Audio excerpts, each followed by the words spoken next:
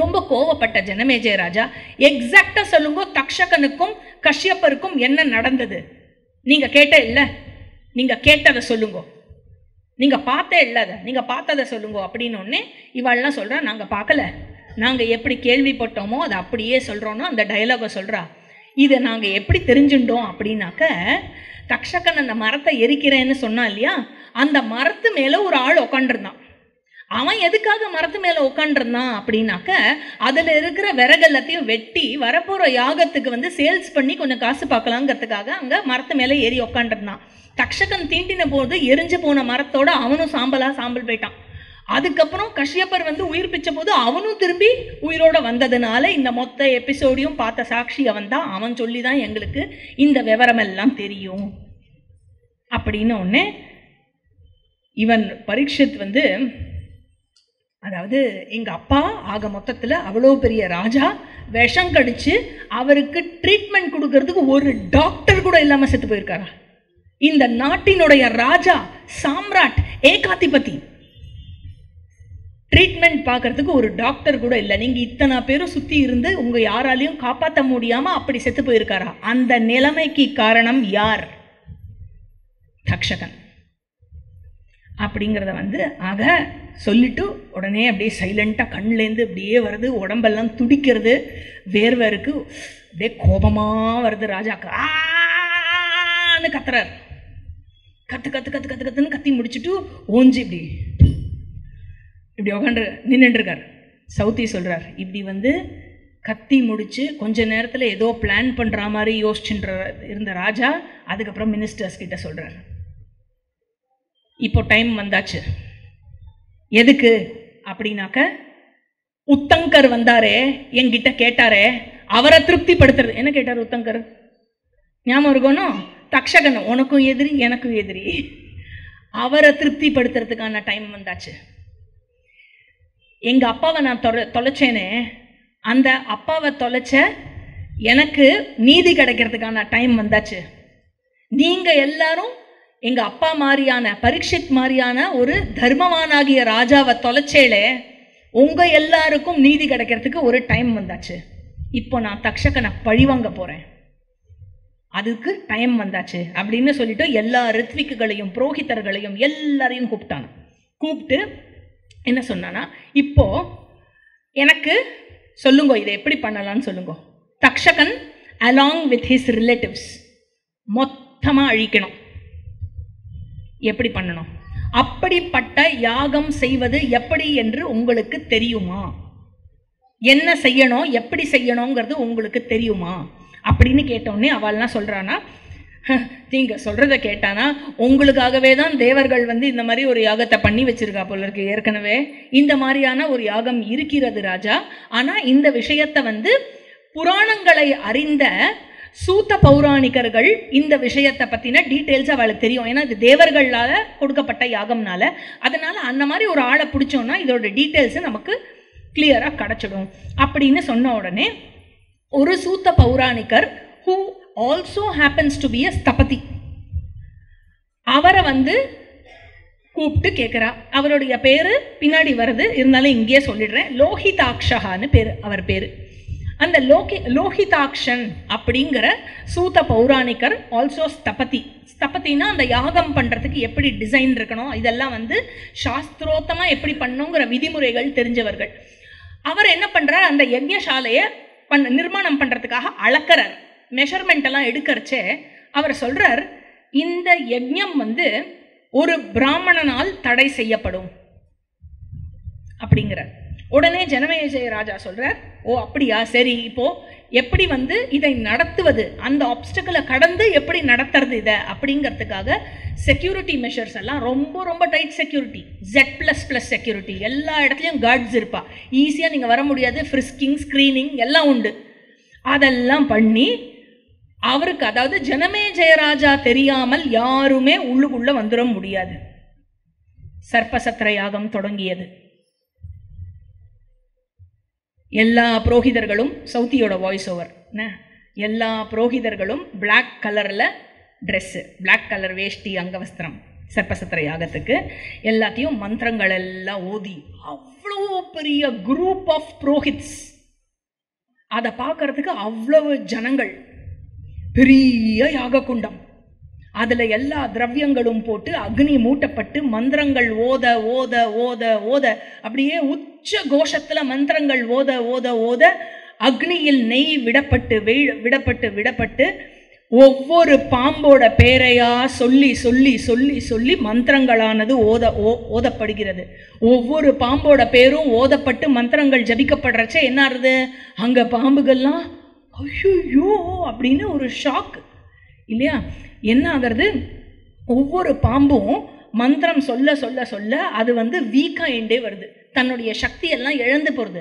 இழந்து போய் தன்னுடைய கண்ட்ரோல் கூட இல்லாமல் அந்த பக்கம் அந்த யாகம் பக்கமாக ஈர்க்கப்பட்டு அப்படியே மேலேருந்து மேல் லோகத்துலேருந்து எல்லா பாம்பும் வலுவிழந்து அதோடைய இதில் இல்லாமல் ஹெல்ப்லெஸ்ஸாக அக்னியில் பொத்து பொத்துன்னு விழுறது. சிலது பெரிய பெரிய பாம்பு, சிலது சின்ன சின்ன பாம்பு, சிலது அப்படியே அலறது அலறு அலறு அலறு. They're all screaming for their life. அலறு அலறான சிலதெல்லாம் பின்னிண்டு பின்னிண்டு பின்னிண்டு அப்படி விழுறது. அந்த மாதிரி விதவிதமாக விதவிதமாக தொப்பு தொப்பு தொப்பு தொப்புன்னு விழுறது. எல்லாரையும் கடிச்சு கடிச்சு துன்புறுத்தின அத்தனை பாம்புகளும் அம்மா கத்ருவினுடைய சாபமானது அது பலித்து கொண்டிருக்கிறது, அங்கே விழுந்துட்டுருக்கு. உடனே ஷவுனகர் கேட்குறார், இந்த பக்கம் நைமிஷாரண்யத்தில் இந்த யாகத்தில் இருந்த ரித்விக்குகள் யார், சதஸ்யர்கள் யார் அப்படின்னு கேட்குறார். உடனே யாகத்தோட சீன் சவுத்தி வாய்ஸ் ஓவர். இதில் இருந்த ரித்விக்கள் யார் அப்படின்னாக்க சண்டபார்கவஹா அப்படின்னு சியவன முனிவரினுடைய பரம்பரையில் வந்தவர், அவர் தான் ஹோதாவாக இருக்கிறார். அப்புறம் கௌத்சஹா அப்படிங்கிறவர் மந்திரத்தை சாண்ட் பண்ணுற டியூட்டி அவருக்கு உத்காத்தாவாக இருக்கிறார். அப்புறம் ஜெய்மினி, ஜெய்மினி யார் தெரியுமோ, வியாசரினுடைய சிஷ்யன் இல்லையா? ஆக அவர் பிராமணனாக இருக்கிறார் அங்க. அப்புறம் ஷார்ங்கஹா அப்படிங்கிறவர் அவர் பிரம்மாவாக இருக்கிறார், அதர்வவேத பிரீஸ்ட் இல்லையா? அது சூப்பர்வைஸ் பண்ணுற ரோல் அவருக்கு தான், பிரம்மாவாக இருக்கிறார். அதுக்கப்புறம் பிங்களஹா அப்படிங்கிற ஒரு ரிஷியானவர், அவர் அத்வர்யுவாக இருக்கிறார். இதை தவிர இவர்கள் எல்லாம் ரித்விக்கு. இதை தவிர சதஸ்யர்கள் யாரு அப்படின்னாக்க, சதஸ்யர்களாக வந்தவர்கள் வியாசர், வியாசரனுடைய மகன் சுக, அப்புறம் வியாசரனுடைய சிஷ்யர்கள். அதுக்கப்புறம் உத்தாலகா, பிரமதகா, ஸ்வேதகேது, பிங்களஹா, அப்புறம் அசிதா, தேவலஹா, நாரதஹா, பர்வதஹா, ஆத்ரேயா, குண்டஹா, ஜட்டரஹா. அதுக்கப்புறம் த்விஜர்களில் சிரேஷ்டராகிய காலகட்டஹா, வாத்ஸ்யஹா, அப்புறம் எப்பொழுதும் ஜபத்திலும் வேதம் ஓதுவதிலேயே இருந்து கொண்டிருக்கும் ஸ்ருதஸ்ரவஸ். எங்கன்னு கேட்டிருக்கோமா இவரோ? ஸ்ருதஸ்ரவஸ். இவருடைய மகன் சோமஸ்ரவஸை தான் ஜனமேஜயராஜா அவருடைய புரோஹிதரா நியமிச்சார். அதுக்கப்புறம் கோஹலஹா, தேவசர்மா, மௌத்கல்யஹா, அப்புறம் சமசௌரபஹா, இவர்கள் அனைவரும் வந்திருந்தார்கள். இவா எல்லாருடைய முன்னிலையில் சத்திரயாகம் நடந்துட்டுருக்கு. ஸ்னேக்ஸ் எல்லாம் விழுந்துட்டே இருக்கு, தொப்பு தொப்பு தொப்பு தொப்புன்னு விழுந்துட்டுருக்கு. அதாவது என்னன்னா, எவ்வளவு பாம்புன்னா நூற்றுக்கணக்கில், ஆயிரக்கணக்கில், பத்தாயிரக்கணக்கில், கோடிக்கணக்கில் பாம்பு விழுந்துட்டுருக்கு. அதனுடைய உடம்புல இருக்கிற ஃபேட் இருக்கும்ல, அதுக்கப்புறம் போன் மேரோ அப்படின்னு சொல்லுவாள், மஜ்ஜை, இது ரெண்டு அந்த அக்னியில் உருகி அந்த லிக்விட் இருக்குல்ல, அது ஆறா ஓடுறதான். எல்லா பக்கமும் விழிஞ்சு விழிஞ்சு அந்த ஹோமகுண்டத்துலேருந்து விழிஞ்சு ஆறா ஓடின்னு இருக்கான். ஓடிண்டு என்டையர் இடம் ஃபுல்லாக தாங்க முடியாத நாட்டம் அடிச்சுட்டு இருக்கான். இந்த யாகம் நடந்துட்டே இருந்து இதில் என்ன ஆயிடுத்து, யாருக்காக உத்தேசிச்சு இந்த யாகம்? மெயின் வில்லன் யாரு? தக்ஷகா. இந்த தக்ஷகா என்ன பண்ணா, பயந்து நேராக இந்திரலோகத்துக்கு ஓடி போய் இந்திரன் கால், ஆக்சுவலி வில்லன் சாரி ரெண்டு பேரும் எனிமீஸ் இல்லையா, இந்திரனும் தக்ஷகனும். நேராக போய் இந்திரனுடைய காலில் விழுந்து, நான் நிறைய தப்பு பண்ணியிருக்கேன், என்னை மன்னிச்சுடு, உங்ககிட்ட அபயம் கேட்டு வந்திருக்கேன், அதனால் நீ தான் என்னை காப்பாற்றணும்னு சொன்னதுனால இந்திரனுக்கு ரொம்ப சந்தோஷமாயிடுது. அவ்வளவுதானே, நான் உனக்கு அபயம் கொடுக்கிறேன், நீ இங்கே இருக்கிற வரைக்கும் உனக்கு ஒன்றும் ஆகாது அப்படின்னோடனே தக்ஷகன் வந்து ரொம்ப ஜாலியாக என்ஜாய் பண்ணிட்டு இருக்கான் அந்த இந்திரலோகத்தில். ஆக என்ன ஆயிடுது, இன்னொரு பக்கம் வந்து வாசுகி வந்து பார்த்துட்டு இருக்கார். என்ன பார்த்துட்டு இருக்கார், தன்னுடைய வம்சம் அழிஞ்சு மெலிஞ்செண்டே வரதை பார்த்துட்டு இருக்கார். அப்படியே மனசெல்லாம் நெஞ்செல்லாம் பதைக்கிறதா, ஹார்ட் பிரேக்கிங்காக இருக்கான் வாசுகிக்கு. இதை பார்த்த உடனே அவருடைய தங்க ஜரத்காருக்கிட்ட, அம்மா எதுக்காக நீ வந்து அந்த யாயாவர குல முனிவரை கல்யாணம் பண்ணிட்டு குழந்தை பிறந்ததோ அந்த டைம் வந்தாச்சு, போய் உன் பையன்கிட்ட சொல்லு, ஹெல்ப் கேளு அப்படின்னு ஒன்னே இவ நேர போய் அவ சொல்கிறாளாம், அப்பா நீ எதுக்கு பிறந்தையோ, நான் எதுக்கு உங்கள் அப்பாவை கல்யாணம் பண்ணிட்டேனோ, நீ எதுக்கு பிறந்தையோ அதுக்கான டைம் வந்தாச்சு, கிளம்பு இப்போ சத்திரயாகத்துக்கு அப்படிங்கிறாளாம். உடனே ஆஸ்திகர் கேட்குறாராம், எனக்கு ஃபுல் ஸ்டோரியை சொல்லுங்கோ, எதுக்காக நீங்கள் அப்பாவை கல்யாணம் பண்ணிட்டேன், எதுக்காக நான் பிறந்தேன் அப்படின்னு. உடனே இவன் என்ன பண்ணுறா, எங்கேருந்து ஆரம்பிக்கிறான்னா கத்ருவினுடைய சாபத்திலேருந்து உச்சை சிரவசுக்கு என்ன வால் கலர் அப்படிங்கிறதுலேருந்து ஆரம்பித்து, அதெல்லாம் நான் இப்போ சொல்ல போகிறது இல்லைன்னு, அதில் போய் அந்த பாம்பு போய் கலரை மாற்றுன்னு சொன்னோடனே மாட்டேன்னு சொன்னதுக்கு கத்ரு சாபம் கொடுத்து அத்தனை பாம்பும் வந்து என்ன எடுத்து பிரம்மாஜி இதை பார்த்துட்டே இருந்து அவர் அக்ரி பண்ணிட்டார். கத்ரு மாதா கொடுத்த சாபத்தை வந்து ஓகே சொல்லிட்டார், ஏன்னா இவள்லாம் வந்து அழிய வேண்டியவர்கள்னு சொல்லிட்டார். அதுக்கப்புறம் வந்து சமுத்திர மத்தனத்தின் போது மாமா வாசுகி இருக்காரே, அவரும் தேவதாவும் போய் பிரம்மாஜி கிட்ட போய் கேட்டு, ஐயா ஏதாவது ஹெல்ப் பண்ணக்கூடாதான்னு கேட்கறச்சே, தர்மமாக இருக்கிற பாம்புக்கு ஒன்றும் ஆகாது, அது மட்டும் இல்லை இவனுடைய தங்க ஜரத்காரு யாயாவர குல ஜரத்காருவை கல்யாணம் பண்ணிட்டு பிறக்கிற பையனான ஆஸ்திகன் தான் போய் அந்த சர்ப்பசத்திர யாகத்தை நிறுத்தி எல்லாரையும் காப்பாற்றுவான் அப்படின்னு அவர் சொன்னதுனால நீ தான் அதை பண்ணணும். அதனால் வந்து என்ன உங்கள் அப்பாவுக்கு கல்யாணம் பண்ணி கொடுத்தா, அதனால் நீ பிறந்த, இப்போ நீ என்ன பண்ணுற, போய் காப்பாற்றுற, ஃபுல் கதை இதுதான் அப்படின்னு. உடனே கவலைப்படாதே தாயே, நான் நிறைவேற்றுவேன்.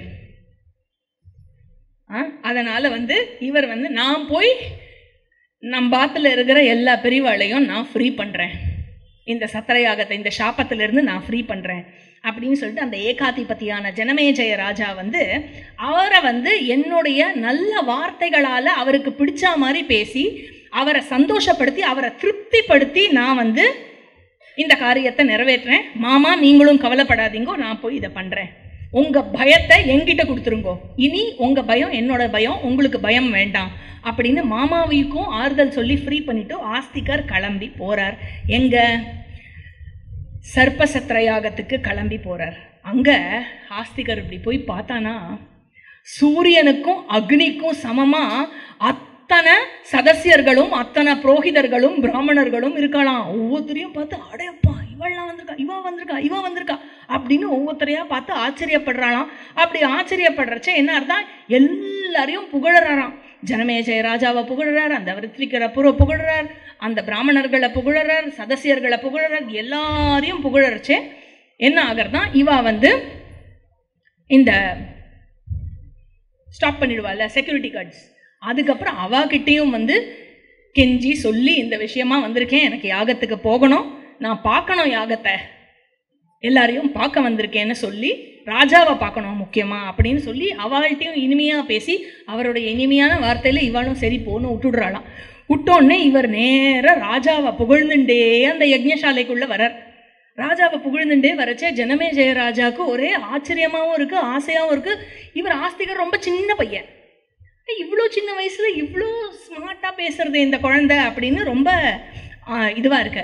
என்ன மாதிரி புகழறாருன்னா, ஆஸ்திகர் சொல்கிறார், பிரயாகையில் வந்து சோமனும் வருணனும் பிரஜாபதியும் பண்ணின அந்த வேள்வி இருக்குல்ல, அதுக்கு குறைச்சல் கிடையாது நீங்கள் பண்ண வேள்வி அப்படின்னு ஆரம்பிச்சுட்டு வரிசையாக எல்லா ஸ்லோகத்துலேயும் கடைசி லைன் வந்து ஒரே லைனாக சொல்லிட்டு இருக்கார். என்ன சொல்கிறார், ததா யஜ்ஞோயம் தவ பாரதாக்ரய பாரிக்ஷித ஸ்வஸ்தினோஸ்து பிரியேபியா. அதாவது ராஜா உங்களுடைய யஜ்ஞமானது ரொம்ப ரொம்ப உத்தமமானது, எங்களுடைய மக்களுக்கும் மங்களம் அளிக்கட்டும். அதாவது ரொம்ப நாசுக்காக சொல்கிறார், கொஞ்சம் கருணை கட்டக்கூடாதா எங்கள் மேலே அப்படின்னு வந்து அப்படியே பிளேஸ் பண்ணி இதை வந்து சொல்லிகிட்டே இருக்கார். அப்புறம் சொல்கிறார், அந்த இந்திரன் வந்து 100 யாகம் பண்ணதுனால அவன் இந்திரனில் இருக்கான், அந்த மாதிரி இந்திரன் 10,000 யாகம் பண்ணால் எப்படி இருக்குமோ அதுக்கு சமம் நீங்கள் பண்ணுற இந்த யாகம். அதுக்கப்புறம் யமதர்மராஜாவாக இருக்கட்டும், அப்புறம் ஹரிமேதாவாக இருக்கட்டும், ரந்தி தேவர்களாக இருக்கட்டும், அவர்கள் எல்லோரும் பண்ணும் யஜ்ஞத்தை போல் உங்களுடைய யஜ்ஞம் சிறப்பானது. அப்புறம் கய, சஷபிந்து, வைஷ்ரவணகா அதாவது குபேரன், இவர்கள் யஜ்ஞம் பண்ணும்போது எப்படி விதிகளுக்கு உட்பட்டு செய்வார்களோ அந்த மாதிரி இருக்கு நீங்க செய்யற இந்த யஜ்ஞமானது. அப்புறம் நிருகராஜா அப்படின்னு ஒரு ராஜா இருக்கார்.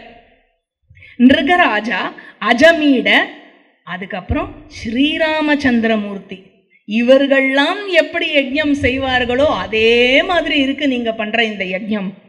அதுக்கப்புறம் அஜாமீடனுடைய வம்சத்தில் வந்த ஒரு பெரிய ராஜா இருந்தாரே யுதிஷ்டிரர்னு, அவர் பண்ணின யஜ்ஞம் எப்படி ஸ்வர்கலோகத்திலேயே பேசிண்டாலோ அந்த யஜ்ஞத்தை பத்தி, அப்படிப்பட்ட சிறப்பு வாய்ந்த யஜ்ஞமா இருக்கு நீங்க பண்ணிட்டு இருக்கிற இந்த யஜ்ஞம். அதுக்கப்புறம் மற்ற அதாவது யஜ்ஞங்களை நடத்துவதிலேயே சிறந்தவராக விளங்கும் கிருஷ்ணத்வைபாயனர், சத்யவதியினுடைய மகனாக இருக்கும் இந்த கிருஷ்ணஹா, அங்கேயே உட்காந்துருக்காரு வியாசர். அதனால கிருஷ்ணத்வைபாயனர், அவர் அதாவது அவருக்கு ஈடா ஒருத்தர் யஜ்ஞம் பண்ண முடியுமா? அந்த மாதிரியான யஜ்ஞமாக இருக்கு.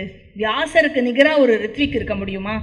அவருடைய சிஷ்யரும் அவரும் சேர்ந்து இங்கே உட்காந்துட்டு இருக்கானா, இது எவ்வளோ ஸ்பெஷலான யஜ்ஞமாக இருக்கணும்.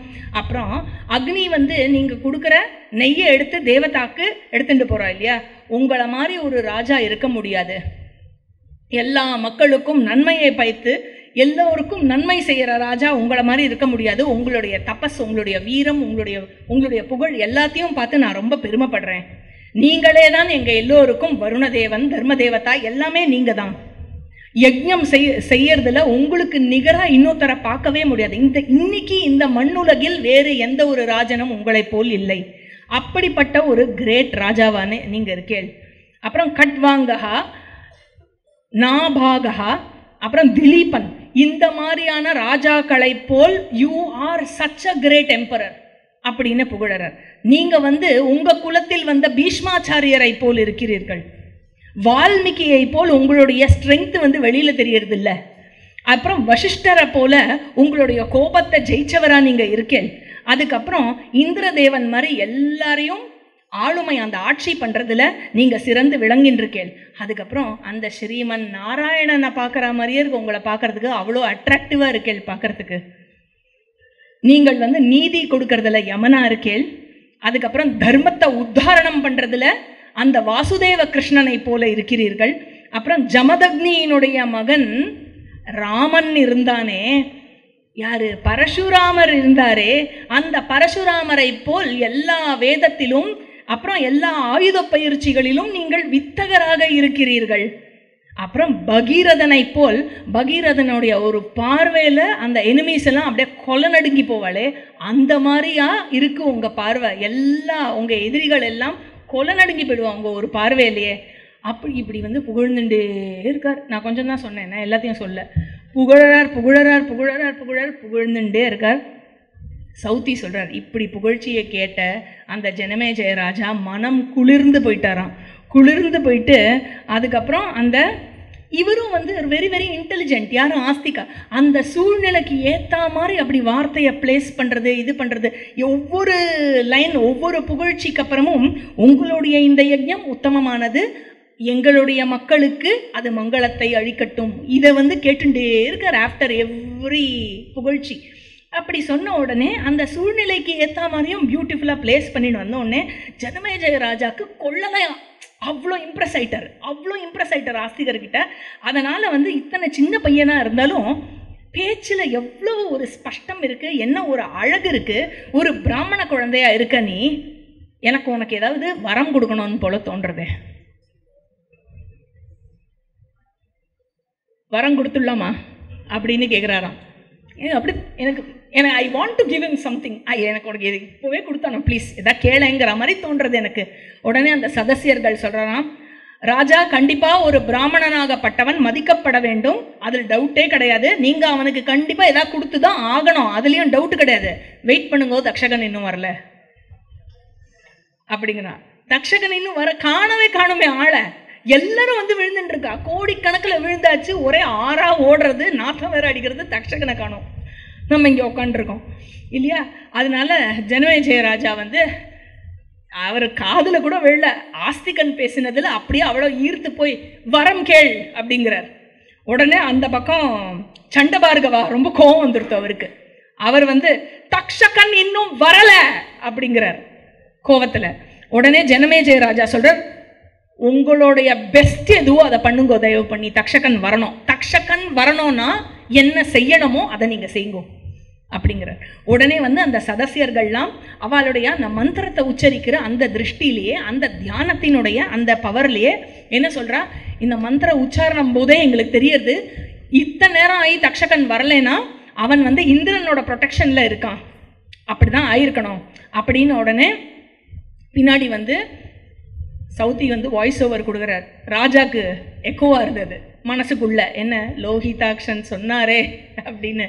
இருந்தாலும் ராஜா அதெல்லாம் இல்லாமல் உடனே சதசியர்கள் சொல்றா, இப்போ இந்திரதேவன் தக்ஷகனுக்கு வரம் கொடுத்துருக்கான். என்ன வரம் கொடுத்துருக்கான்? என்னோட ப்ரொடெக்ஷன்ல இரு, உனக்கு ஒன்றும் ஆகாதுன்னு வரம் கொடுத்துருக்கான். அதனால ஜனமேஜய ராஜா என்ன சொல்றார், அவர் சண்டபார்கவரை நல்லா என்கரேஜ் பண்ணி விடுறார். நீங்க இப்போ சொல்ற மந்திரத்திலையும் ஊத்துற நெய்யிலையும் இது இந்த இந்த இந்த பிரச்சனை தீர்ந்தாகணும் அப்படின்னு சண்டபார்கவரும் ரொம்ப இதுவா எழுந்து இதை கொடுத்து உச்ச கோஷத்துல மந்திரங்கள் எல்லாம் சொல்லும்போது அந்த இந்திரன் அவனுடைய என்டையர் பரிவாரத்தோட கண்ணு முன்னாடி தெரியறானா வானத்துல. இவாளுக்கு தெரியற போது என்ன, தக்ஷகனும் தெரியணும்ல. தக்ஷகன் அப்படியே எட்டி பார்த்துட்டு பயந்து போய் இந்திரனோட அங்கவஸ்திரத்துல போய் அப்படி ஒளிஞ்சுக்கிறானா, அதையும் இவா பார்த்துடுறாளாம். உடனே ஜனமேஜய ராஜாவுக்கு கோவம் அந்த இந்திரனோட சேர்ந்து அவன் விழணும்னு மந்திரத்தை சேன் பண்ணுங்கன்றான். அவன் இருந்தானே ப்ரொடெக்ஷனு, அவனையும் சேர்த்து அக்னியில தூக்கி போடுங்க அப்படிங்கிற. உடனே என்ன பண்றா, இதை கேட்டோன்னே இந்திரனுக்கு எப்படி இருக்கும், என்னது அபயமா பொடி ஓட்டோன்னே இந்திரன் ஓடியே போயிட்டான், ஓடிய தக்ஷகனை விட்டுட்டோம்.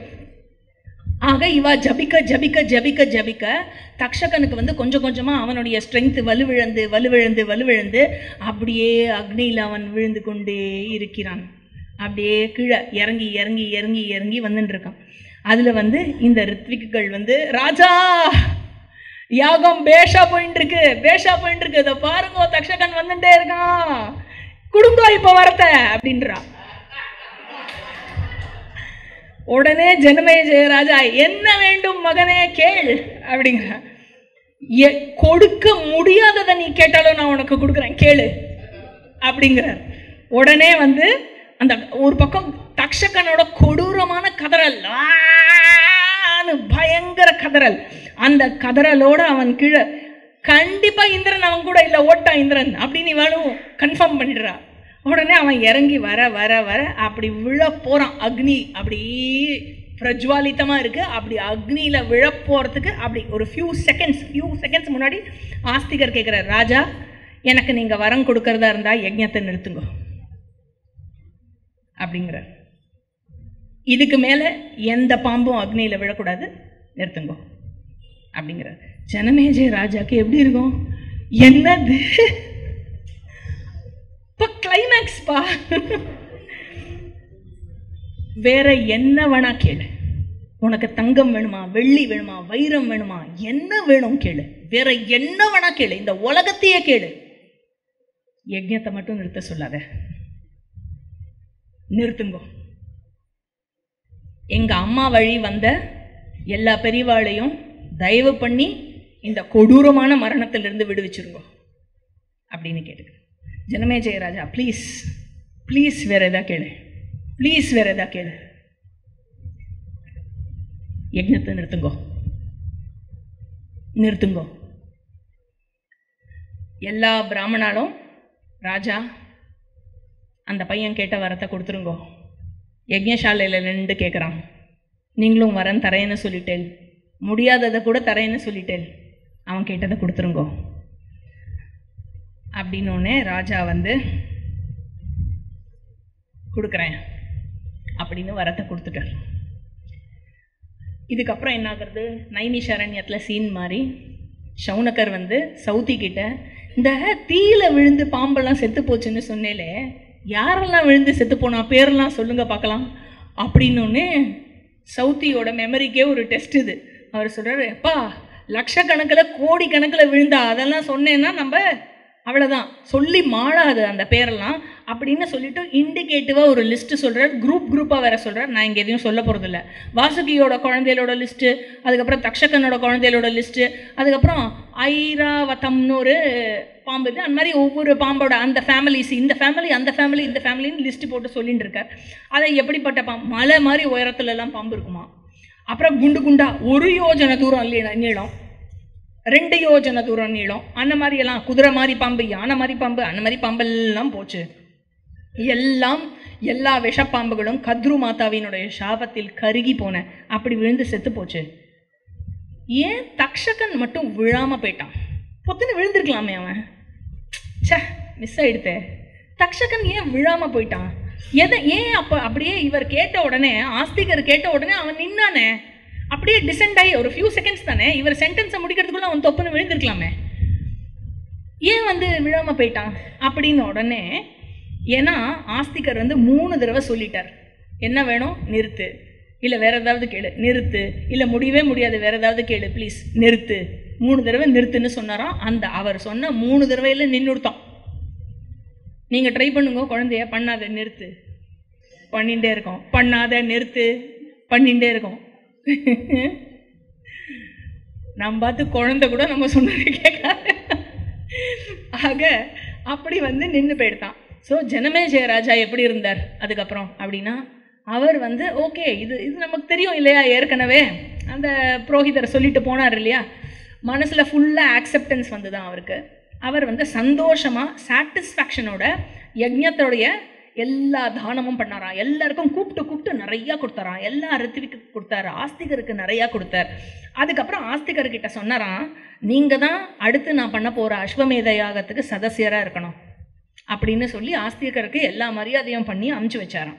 அப்புறம் எல்லா ஸ்னேக்ஸும் ஒரே ஹாப்பி இல்லை, ஒரே ஹாப்பி, குழந்தை சூப்பர்டா குழந்தை, சூப்பர்டா குழந்தை அப்படின்னு தப்பிச்ச எல்லா ஸ்னேக்ஸும் எல்லா பாம்புகளும் இப்போ நீ கேளு, உனக்கு நாங்கள் வரம் தரோம், நீ ஏதாவது வேணும்னு கேளு அப்படின்னு ஒன்று ஆஸ்திகர் சொல்கிறாராம். காலையிலேயோ இல்லை மாலையிலேயோ எந்த வேளையாக இருந்தாலும் என்னுடைய இந்த புனிதமான வரலாற்றை யாரு ஒருவன் கவனத்துடன் கேட்கிறானோ, கவனத்துடன் படிக்கிறானோ, அவர்களுக்கு உங்களால் எந்த மாதிரியான பயமும் ஏற்படக்கூடாது. உடனே அந்த பாம்புகள்லாம் ஆகட்டும் அப்படின்னு சொல்லித்தான். உடனே அவன் அந்த பாம்புகள்லாம் சொல்கிறது என்ன சொல்கிறது அப்படின்னாக்க, அபசர்ப்ப சர்ப்ப பத்ரந்தே தூரங்கச்ச மகாவிஷ மகாயஷாஹா. இந்த இடத்துல பாரதத்தில் அது கொஞ்சம் டிஃப்ரெண்ட்டாக இருக்குது, அது அப்படியே நான் படிக்கிறேன். சர்ப்பா சர்ப்ப பத்ரந்தே கச்ச சர்ப்ப மகாவிஷ ஜனமேஜயஸ்ய யஜ்ஞாந்தே ஆஸ்திக வச்சனம் ஸ்மர. இதுதான் இந்த அத்தியாயத்தில் இந்த சர்ப்பங்கள்லாம் சொல்கிறது. அதாவது என்ன சொல்கிறது, யார் ஒருவன் பாம்பு வருதுன்னு வச்சுக்கோங்க, பாம்பு வரைச்சே இந்த ஸ்லோகத்தை சொல்கிறானோ, நீ ஞாபகம் வச்சுக்கோ, ஆஸ்திகர் ஜனமேஜயனுடைய யஜ்ஞத்தில் கடைசி போர்ஷன் ஆஃப் த யஜ்ஞ அந்தே ஆஸ்திகர் சொன்னார் இல்லையா, எல்லா பாம்பையும் காப்பாற்றணும்னு கேட்டார் இல்லையா, அவரை நான் இப்பொழுது ஸ்மரிக்கிறேன், யாரால நீ இன்னைக்கு இருக்கியோ அவரை நான் ஸ்மரிக்கிறேன் அப்படின்னு எவன் ஒருவன் சொல்கிறானோ அவனை எந்த பாம்பும் தீண்டாது. அப்படியே இந்த மாதிரி ஸ்மரிச்ச ஒருவனை ஏதேனும் பாம்பு தீண்டுமே ஆனால், ஸ்மரிச்சதுக்கு அப்புறமும் அவனை தீண்டுறதுன்னு சொன்னாக்க, அவனுடைய அந்த பாம்பினுடைய தலை சிம்ஷ விருட்சத்தினுடைய பழம் பழுத்துடுத்துனா வெடிக்குமா, அந்த மாதிரி வெடிச்சு சுக்குநூறாக போயிடும் அந்த பாம்போட தலை அப்படின்னு சொன்னோடனே உடனே பாம்பும் ஹாப்பி, அதுக்கப்புறம் ஆஸ்திகரும் ஹாப்பி, எல்லாரும் ஹாப்பி ஹாப்பி ஹாப்பி. ஆக இங்கே சொல்கிறார், இங்கே சௌத்தி சொல்கிறார், இவ்வாறு ஜனமேஜயனுடைய சர்ப்பசத்திர யாகத்தில் என்ன நடந்தது, எப்படி நடந்தது, அங்கே ஆஸ்திகர் என்ன பண்ணார், எப்படி நிறுத்தினார், எவ்வாறு நிறுத்தினார்னு உன்னுடைய ஃபோர்ஃபாதர் ஆகிய ருரு அவருடைய அப்பா பிரமதி கிட்ட கேட்டு தெரிஞ்சின்ற கதையை நான் என்னுடைய அப்பா உக்ரஸ்ரவஸ் உடைய அப்பா யாரு? ரோமஹர்ஷனர் இல்லையா? இவர் தான் உக்ரஸ்ரவஸ். இவர் என்னுடைய அப்பா ரோமஹர்ஷனர் நைமிஷாரண்யத்தில் எல்லாருக்கிட்டையும் சொன்ன கதை, எதை அவர் வியாசர்கிட்டேருந்து கேட்டு தெரிஞ்சின்றாரோ அந்த கதையை தான் இப்பொழுது சௌத்தியாகிய நான் சௌனகராகிய உன்னிடத்தில் உரைத்தேன். I have told you as it is அப்படின்னு சொல்லிட்டு, ஹாப்பி தானே, நீ என்ன கேட்கணும்னு ஆசைப்பட்டியோ கேட்டியா, ஹாப்பி தானே அப்படின்னு சொன்ன உடனே அவர் ரொம்ப சந்தோஷமாக தேங்க்யூன்னு சொல்லிட்டு என்ன கேட்குறார்?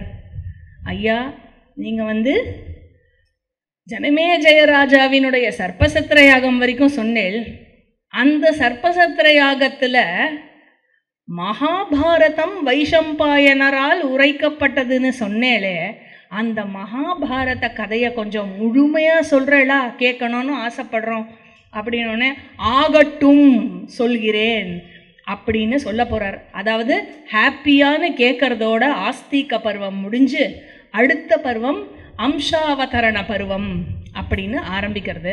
அந்த அம்சாவதரண பருவத்திலிருந்து மகாபாரதம் ஆரம்பம். வைஷம்பாயனர் சொல்லி ஜனமே ஜெயராஜாவுக்கும் எல்லோருக்கும் சேர்த்து சொல்லப்பட்ட கதையானது ஆரம்பம். அந்த ஆரம்பத்தை நம்ம அடுத்த வகுப்பில் பார்ப்போம். இப்போ பூர்ணமதா சொல்லிட்டு ஆரதி. ஓம் பூர்ணமத பூர்ணமிதம் பூர்ணாத் பூர்ணமுதச்யதே பூர்ணஸ்ய பூர்ணமாதாய பூர்ணமேவாவசிஷ்யதே. ஓம் சாந்தி சாந்தி சாந்தி. ஹரிஹி ஓம். ஸ்ரீ குருப்யோ நமஹ. ஹரிஹி ஓம். இந்த இடம் இந்த மாதிரி ஒரு நல்ல காரியத்துக்கு தொடர்ந்து நடக்கணும், அதுக்கு பண்ணணும் அப்படின்னு நம்ம சக்கர் பாபா வித்யாலயாவோட பிரசிடென்ட் ஸ்ரீ மாருதிஜி அவரை கேட்டுட்டோம். அவர் கேட்ட உடனே அவர் நமக்கு ஓகேன்னு சொல்லிட்டார். அவருக்கு ஒரு பலத்த கைத்தட்டு.